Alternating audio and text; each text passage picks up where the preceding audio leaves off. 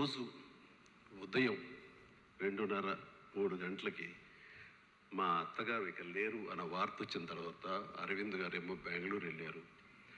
నేను ఒక్కడిని ముందు వెళ్ళినవాడిని. నేను అక్కడికి వెళ్ళిన తర్వాత ఆవిడ డిడ్ నో మోర్.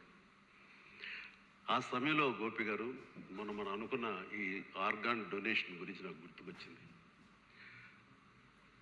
నా సెల్ ఫోన్ గుర్తుకొచ్చిన తర్వాత అంత మిడ్ నైట్ అంటే 2 o'clock 2:30 ఆ ప్రాంతంలో బ్లడ్ బ్యాంక్ ఫోన్ చేసి స్వామినాయుడిని నిద్రలేపి మా బ్యాంక్ వచ్చేస్తున్నాను. ఎల్వి ప్రసాద్ హాస్పిటల్ ఎవరైనా టెక్నీషియన్స్ ఉంటారా, నేను ఆవిడ కానీ ఆ ఐ డొనేషన్కి నేను మిగతా ప్రిపేర్ చేస్తాను అంటే, సార్ ఈజీ చేయొచ్చు సార్, వాళ్ళు రెడీగా ఉంటారు స్టాండ్ బై 24/7 అంటే వాళ్ళని తీసుకురా ముందని చెప్పేసి అరవింద్కి ఫోన్ చేసిన. అరవింద్కి తెలిసి ఎయిర్పోర్ట్కి బయలుదేరాడు. అరవింద్లో ఇవ్వాలనుకుంటున్నాను, నాకు అత్తమ్మ గారికి మా అమ్మగారికి మధ్య ఒకసారి ఒక కాన్వర్జేషన్ జరిగినప్పుడు మీరు ఇస్తారా అని అడిగాను. అన్నప్పుడు బాబు కాలి బూడిదైపోయి వస్తాం కదా, అయిపోయి దానికి చచ్చిపోయి ఉంచుకుని ఏం చేస్తాం, అలాగే బాబు నీ ఇష్టం అన్నారు.